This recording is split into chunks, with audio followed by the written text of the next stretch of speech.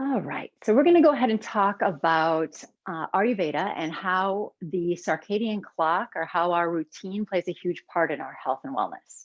So I will be covering various topics and kind of a good smear over everything about what it's about. But first of all, I want you to take and draw a circle, so a piece of paper and draw a circle, and then draw a line through the center and put a 6 a.m. and a 6 p.m.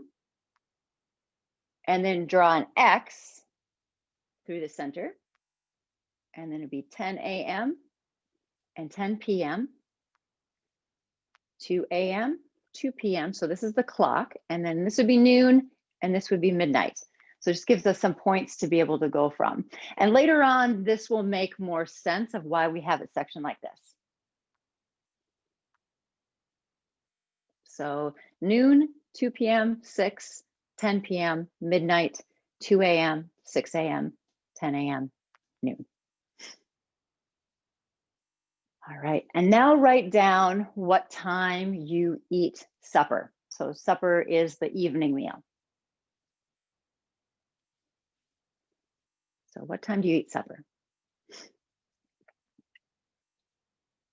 What time do you go to bed?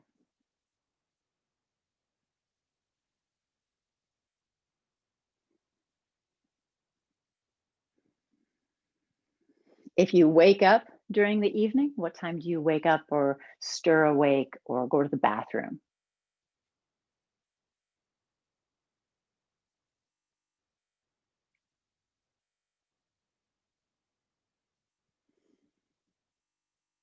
What time do you wake up in the morning? Or what time do you get out of bed in the morning?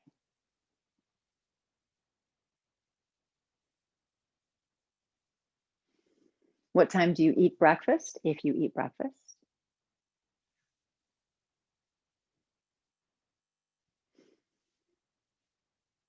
What time do you eat your noon meal?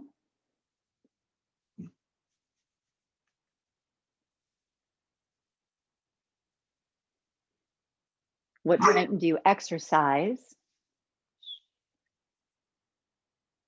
So that may vary a little bit. Like for some of my clients, they do a yoga class at like 9:30 in the morning, but they might go for a walk in the evening. Just mark those and mark them walk or mark them yoga or whatever it may be. And maybe you're very active in the afternoon. You can mark that too. Activity and exercise in Ayurveda is looked at a little bit differently than Western.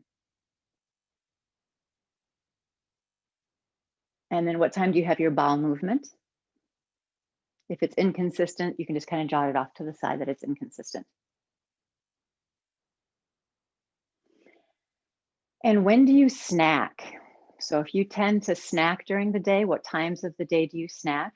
And if you snack in the evening before bed or when you're watching TV or in the evening, mark that down also.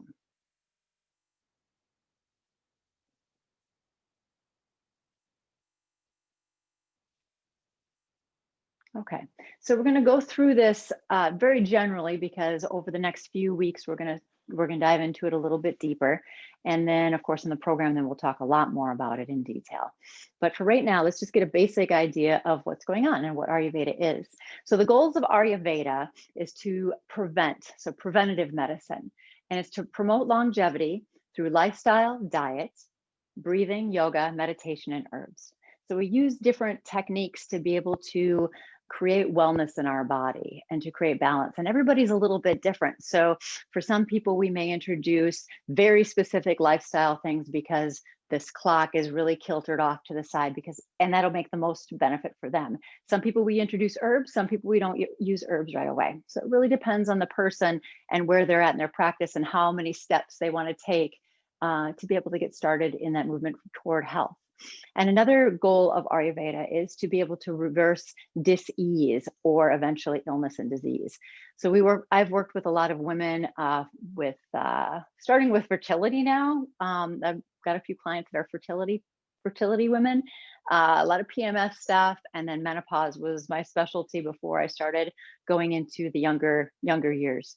So it's interesting. I love working with women. It's been my been my passion for a long time now. Probably about the last 12 years, I've been working with women in Ayurveda, and the last 24 years, I've been teaching yoga to women. So usually it's women. My private clients, ironically enough, for yoga are men, and it's usually back pain and stuff like that. So we will talk about different focuses of Ayurveda. So we have the 5 pillars of wellness.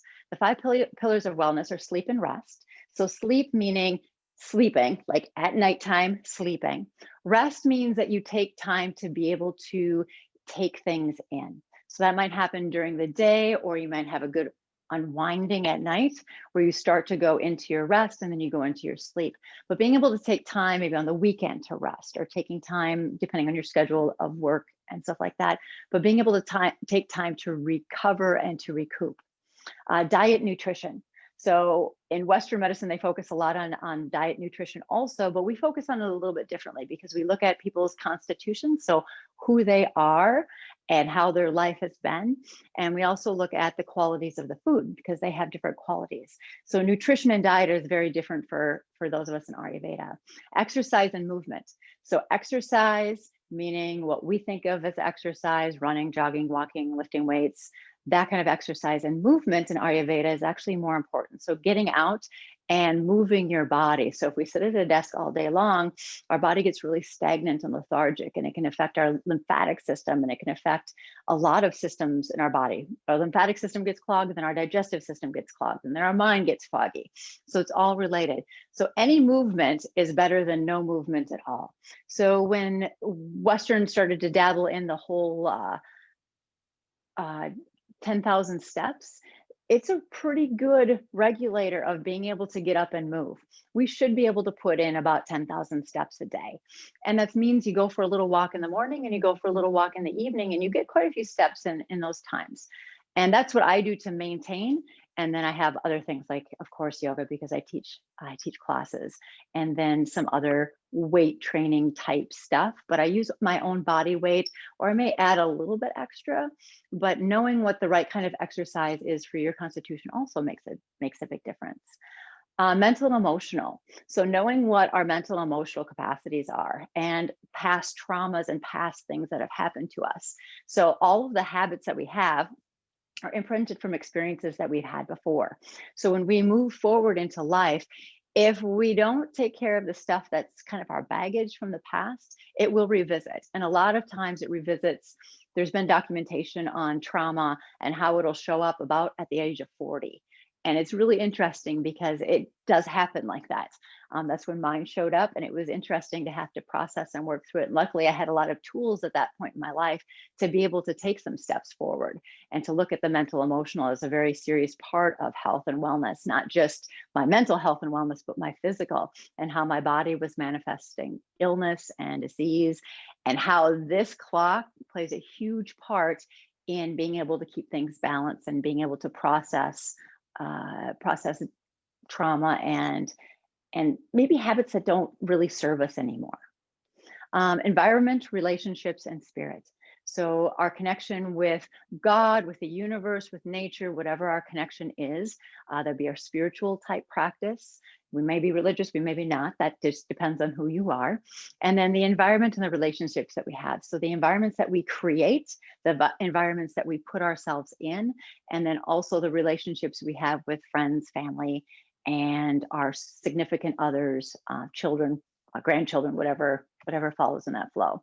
So those relationships are important too, because if we have unhealthy relationships, that's going to affect our mental emotional. The mental emotional is going to affect our physical body, and a lot of other things that happen. So it's pretty interesting because we look at it in Ayurveda, we look at the whole person versus, okay, we've got these symptoms showing up.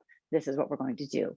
We use the symptoms as a guideline to be able to go a little bit deeper and to explore, okay, these symptoms fall in these different categories, and this is how it shows up, and this is what system it works into. So it's a little bit, it's very interesting. I absolutely love it because it makes sense to me. Going from dis-ease to disease. So with Ayurveda, we look at how we go from feeling a little off to not feeling well to dis-ease, where we feel really off kilter, like something doesn't feel right, or we're going through a different season in our life, maybe going from perimenopausal to menopausal to postmenopausal, those transitions are pretty huge, or going from not having kids to having kids to sending them off to college, to being an empty nester, to being a grandparent. So going through those seasons and having an irregular schedule is really going to affect our health and wellness. So if we just kind of get up whenever, we go to bed whenever, we're really off going to bed at the right time or getting up at the right time, it plays a huge part in how our body processes emotions and how our body detoxifies. And I'll go into that a little bit in this one, but eventually we'll go into it very pretty deep in one of the lectures that follows. Holding on to repressed emotions and negative energy. So our brain is hardwired for negative, and it's not. It wasn't a bad thing, like way back when we were trying to get away from the lion that was trying to eat us. But nowadays, it really doesn't have as much of effect unless we are in a life-threatening situation. So it's one thing if you get in a car accident, you go into fight or flight to be able to make sure that your body's functioning in the right way, to be able to, lower the circulation in certain areas so you don't bleed to death, and so your brain can function and be clear. Otherwise, some people just shut down completely. But our body has a way of being able to protect itself. And one way that we know this is because it is wired for negative feedback. So what happens is when negative things happen, our wires get harder and harder toward that direction or toward that habit. And it's a protective mechanism. So we pull back and say, oh my gosh, why am I so negative? And it's not necessarily that you're negative, but our body is wired to be able to recognize negativity over positive, meaning that how many times during our day do we experience 500 wonderful things, good things happen. The sun came out, it was a beautiful day. The chickens were in the backyard playing, the dog was good. And then we have one bad thing happens, like we get into a confrontation with a significant other or one of our children. How does that affect us? Well, what do we usually focus on? That one thing that went a little off during the day. So being able to rewire the mind to be able to focus on not necessarily this like whole positive thing, but being able to rewire gratitude.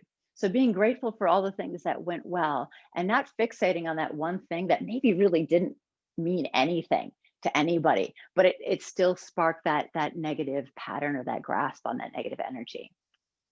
Not moving our bodies enough.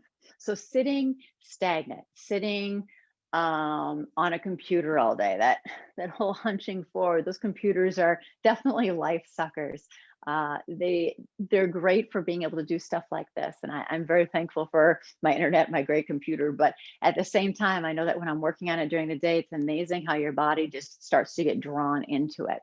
But I also know that I need to get up and move. So I go for a walk around noon. I go for a walk in the morning to get the sunlight in. And I go for a walk in the evening to be able to close down my day. It's not like I'm going for these big, hardcore walks where I'm trying to do an intense exercise. Just moving the body is going to help move body function. So it's going to help our body function better. Irregular eating. So when, what, where, and how. When meaning what time of day do you eat? So there's the time when we maybe just have been doing when we've been normally eating. And then there's kind of a right time when our body functions the best and is able to process it better. What? So the different kinds of foods that we eat, meaning that there's different times of year where different foods are more appropriate than others. There's also food combinations that are more appropriate than others, meaning that there's certain foods we don't eat together because it causes gas and bloating and toxins in our body, or buildup of what we call ama, which is the undigested byproduct of eating. Where? So many of us eat in our cars or we'll eat standing up, and that's really hard on our digestive system. Our body is designed to sit and to eat and not to eat on the run. So being aware of that, and then how we eat. What is our mental state while we were eating? Did we honor our food? So one of the things that I taught in my teacher training program when I was doing teacher training is they would come to my house and we'd have everything here and we would eat a meal together. And I'm a Christian by faith, but I wouldn't push my Christian practice on them. What we would do is we would honor the farmers. We would honor, if we were eating animals, we would say honor the animal that sacrifices life for this food, honor the farmers and the gardeners and the grocers and the truckers who made this food possible for me to be able to pick up and prepare. So being able to honor where our food comes from and really gaining that connection with food versus having this huge detachment, your body will process it better, along with our mental, emotional. So how is our mind at that point? In Ayurveda, we look at if you are stressed, food is not, you're not going to have the same relationship with food as when you are in a good space. So knowing when to eat and when not to eat, and when you're subconsciously eating. In general, we'll talk about that more in the mindfulness around Thanksgiving, when we talk about mindful eating and diet nutrition. So it's having that mindfulness of where am I at right now, and is this food really going to nourish my body? And then relationships. So how our relationships are and how we coexist with other people, both people that we know very well and people we don't know well. And in our society right now, like it's really intense. And how can we say, okay, that's not mine? And how can we just maybe not necessarily filter ourselves in a negative way, not holding back from expressing necessarily, but knowing when it's the right time to speak and when it's not. So really having that connection with proper speaking. There's a famous quote, I believe it was by Gandhi, that said, um, only speak when you can improve the quality of silence. And I paraphrase that. He does it much better than I do. But if you can improve the quality of silence, then it's maybe worth saying. But if it's just something that you feel that you have to say to make a jab or something, is it really necessary? And is that the kind of energy you want to put into it? And people can say what they want to, and it gets tough. Like it gets really tough, especially with the politics and with the changes that are going on and people's perspective. If you live in the city or if you live in the country, like it's definitely an experience. I know I experienced that with my family, being a farm family, and their ideals are different. Our values are the same, but our ideals are different. And it's okay. And I've learned to just say to them, creating proper boundaries by saying, you know what, we have to agree to disagree, because this is not going to be healthy for our relationship. And that takes a lot to be able to do that, to be able to create those very positive boundaries. And people get uncomfortable at first, but then eventually they respect you more for actually saying, I get where you're coming from now. And then the final thing is being able to check in with your constitution. So we won't get much into constitution now. There's some later programs that will talk more deeply into them, because it's very specific. And until you have this down, it really doesn't matter, because this is the foundation of everything. Okay, so talking about circadian rhythms and chronobiology. So chronobiology is a newer science in Western medicine, and Ayurveda, we have based our practice off of it. So for about 5,000 years, we've been following the circadian clock and what it means, and how the day-night cycle have completely different effects on our body. So during the daytime, so let's say that our daytime is 6 to 6, just to keep things generic, but keeping during the daytime, our functions of our body are to take in things. So to take in perception, to take in knowledge and wisdom, and to take in food. So we're taking in all of this information through our senses. At night, our body is processing all of that information. So if we're not sleeping at the right times, our body's not going to be able to process stress. It's not going to be able to detoxify ourselves. It's not going to be able to detoxify our brain. So there's very key times to be able to keep our body running at 95 to 110%, right? So we're working toward being healthy and well, but sometimes we just don't know what to do. And that's what I'm finding with a lot of people that I'm working with. They think that they're doing everything right because they're eating their 5 meals a day, and they're going to bed before midnight, and they're getting up before 7 a.m. It's like, well, we need to fine tune this a little bit, because there's a reason why there's these imbalances, and some bodies are more sensitive. And as we age, our bodies get much more sensitive. I found that after I turned 40, I'm not saying that 40 is old. I'm very content at 40, 42 actually. But as we age, our bodies accumulated more of this stress. So it's accumulated more wear and tear. It's accumulated more of life. And with that life and that knowledge and that experience comes the fact that maybe our body hasn't detoxified all that well. So then we start to notice, oh, we get up at 2 o'clock because our body starts to stir, or we have to go to the bathroom at 2 o'clock in the morning, or we get up and we can't go back to bed, or we're feeling really lethargic in the morning when we're getting up versus feeling very alive and awake, or eating at irregular times. So there's a difference between the circadian rhythms and our biological clocks. So the circadian rhythms are a little more external. So when we think of circadian rhythms, it's the time of day. The sun is the best example of that. It comes up in the east and it goes down in the west, and it regulates our bodies, and it regulates almost every animal, plant, and being on this earth other than viruses and bacteria. So pretty much everything is connected to the daylight cycle. And there's definitely animals that are nocturnal, but even they have a circadian clock that they follow. So cats are a little more nocturnal than like a dog. Dog definitely sleeps at night, and they are awake for most of the day. If you have a dog, they sleep a lot. But cats are a little different. Cats will stay awake for a good chunk of the night because that's when they hunt. They have that eyesight to be able to see at night. Dogs cannot see all that well at night, but they have that nose to be able to sense things. So our biological clocks are smaller systems in our body that regulates each organ system, each organ, each hormone, and each cell of our body, which is absolutely fascinating. And different ones have different responsibilities during different times of the day. So during the daytime, our body does not detoxify. Our body digests food, it brings in information, brings in knowledge, brings in senses, brings in a lot of information through our eyes, and then brings in food. And at night, especially between 10 and 2 p.m., our body is processing.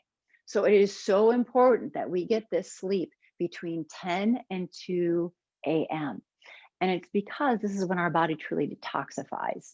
So our body is processing stress, and this is when we want to get into our deeper sleeps. Our deeper sleeps is when we process our stress during the day. If we don't get deep sleep, then we are not processing stress. Dreams are usually a pretty good sign that we're processing stress, because we have to be in a little bit deeper sleep to be able to dream. But we go through this evening, and our body brings out all these different systems. So melatonin is the setter for that. Our body starts to release melatonin, depending on the person. It should be somewhere in here. Starts to release melatonin when the sun goes down. And then that tells our body, so melatonin is generically called a hormone. It's actually a molecule, but what it does is it tells the systems of our body, it's time to shut down the daylight systems and let's wake up the nighttime systems. Too often melatonin is misinterpreted as to help you sleep. It doesn't help you sleep. What it does is it tells your systems it's time to sleep. So then your liver starts to kick in to be able to detoxify your body, and your body starts repairing things. So first we're detoxing, repairing, and then we're pushing out toxins. And that's why in the morning, upon rising, that's when you should be having your bowel movement and be able to get those toxins out of your body, because you've been processing, pushing out of your body, and then you want it to leave your body in the morning. And then during the day, again, we're pulling in all that information and all the nutrition, and then going into the evening again, being able to process and detoxify.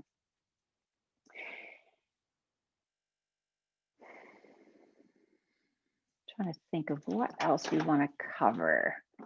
There is so much information. That's why I'm breaking it up into as many different lectures as possible. We'll go into these other topics a little bit more later. So the idea is to be able to set up and think of your day as not starting when you wake up in the morning, but think of your day starting the night before. So in Ayurveda, we actually look at our next day starts when we eat our last meal. That will dictate a lot of things. It'll depend on how we feel in the morning, whether we feel sluggish, lethargic, if we feel heavy or damp.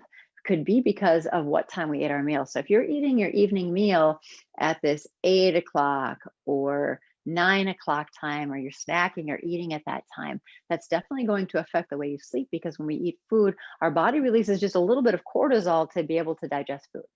So cortisol is usually related more to the stress hormones and fight or flight, but it's not as specific as that either. So yes, it does do those things, and that is the major thought process, but it also helps wake us up in the morning. So our body releases a little bit of cortisol to shut off melatonin and to create that alertness, and that's what cortisol does. So we want our body to go through that process of in the morning, releasing a little bit of cortisol to be able to wake up. We want our body to not have any cortisol in our system. And if we've been in fight or flight, or if we've been stressed all day long, or we have a stressful event happen during this time, it's definitely going to affect your sleep. And you'll notice it in the morning. So other things that you can be mindful of is if you wake up in the evening, especially that 2 or 3 o'clock, which is fairly common with women that are menopausal and postmenopausal. That's the vata time of day. So that's the time of day where we have these lighter qualities, or time of evening, sorry, time of the evening when we have these lighter qualities. And waking up in this time can mean that you've either programmed yourself to wake up that time. So if it's been happening for a period of time, I had a client, he's like, yeah, I wake up at midnight, and then at 2 o'clock, and then at 4 o'clock. I'm like, you just stop doing it. He's like, well, I have to go to the bathroom. I'm like, do you have to, or are you allowing your body to wake up to be able to go to the bathroom? So we did some practices or in the evening that we changed, and then he was still waking up at like 2, and I'm like, okay, that's better. It's a lot better. Let's see if we can get through this too. So I introduced some melatonin, a specific dose, and then he was sleeping all the way through, which was amazing, because when I'm working with men that are, and this happens with women too, so it's not that it's that much different, but specifically with prostate cancer. And so if they're not sleeping at night, they're not detoxifying their body right anyway. And a sign of prostate cancer is actually a lot of waking up at night.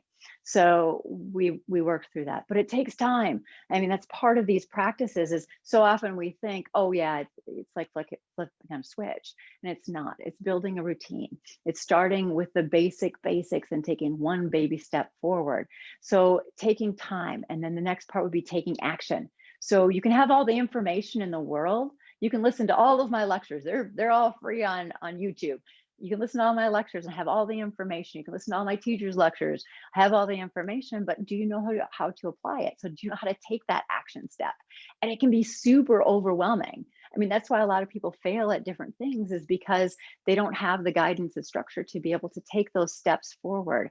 And when you have somebody that can say, hey, how about we do this first, because this is more important, or this is what I see is more important than that. And that's what I work with my clients with, is being able to go and say, okay, this is more important than this right now. Because so many people come to me for nutrition. I'm like, that's not the most important thing. Meal timing is way more important. So eating your breakfast before 9 o'clock, eating your noon meal around noon. So I usually say about 11:30 to 1:30 is good. Closer to noon is better, because our digestion is the highest then. We have the highest fire, we call it Agni, digestive fire, at that time. This is when you eat your biggest meal. And then in the evening, you want to eat for sure before 7 o'clock, especially if you go to bed early, but 6 o'clock or before is ideal. So that 5 to 6 o'clock time. And then shutting down, and really shutting down, decompressing. If you're reading books versus reading on screens, and that kind of thing, to really encourage your body to slow down. So we want to take time to be able to build these practices. If you start incorporating everything, it's going to be overwhelming, and you'll be like, I can't do this. And it's really not that hard, but it does take time. It takes years to be able to get it channeled in, and to be able to get other people on board. So if you have a partner, or if you have a family, it's harder to get on board. And 100% probably isn't all that realistic, but 70 to 80% is. And being able to slowly take those steps. So, and then consistency, and then being able to adapt. So knowing when you can say, okay, this is getting to be more important that you get up a little bit earlier, or let's move that eating time to noon, just make it happen. And this is where you start creating boundaries with your bosses or your family. And the evening is kind of a time that I have with most women, especially since I work with mostly women that struggle with it, because they're like, well, we eat as a family at 8 o'clock at night. I'm like, that's not helping you at all. So how about if you eat at before everybody else? And then you've already got the meal prepared and they can eat later and you can still have a cup of tea or something with them. But as far as eating, it's not helping you for weight loss or for hormone levels or being able to sleep, which are so much more important than having to actually physically eat with your family at that time. You can still sit with them and you can still visit with them and be in the family. It just looks a little bit different. And so often women, we feel that we have to. And actually, the women that I've told to eat earlier, they've noticed that they've really enjoyed eating by themselves and really being able to unwind and then being able to have that family time, which in Ayurveda, this is key family time right here. And often we just kind of bypass it because we're rushing and rushing and rushing. So this clock is really key, and it's a general, what we think is general, to be able to get started, and then we start tweaking things and looking at, okay, what else do we need to be able to make this easier and more routine. And it just takes time, and the idea of doing this stuff in a routine is not to create boredom or stagnation, it's to create less brain capacity. So you're not using your brain to be able to do these things. It's like getting up and brushing your teeth and going to the bathroom. Like, you do that every morning. You get up, go to the bathroom, brush your teeth. You have this routine that you do. In the evening, you probably have some sort of evening routine that you do. So creating what I call the bookend philosophy, starting your day the same way, ending your day the same way. And the more consistent you can get at that, the better you're going to feel. And then you start working on some of the details that go along with it, like scraping your tongue and lemon water. And eventually it just becomes automatic and you don't have to think about it. Just like starting a meditation practice. When you start a meditation practice, it's constantly like, okay, I got to sit and do this. I got to do this. I got to do this. And eventually it's like, you skip and you're like, oh my gosh, I do not feel the best version of myself today. And you realize you skipped your meditation practice. So it's easy to fall off the bandwagon, and that's why it's nice to have a community to be able to work together and to be able to create that as a team, and as an individual with a practitioner is ideal, of course. But all right, so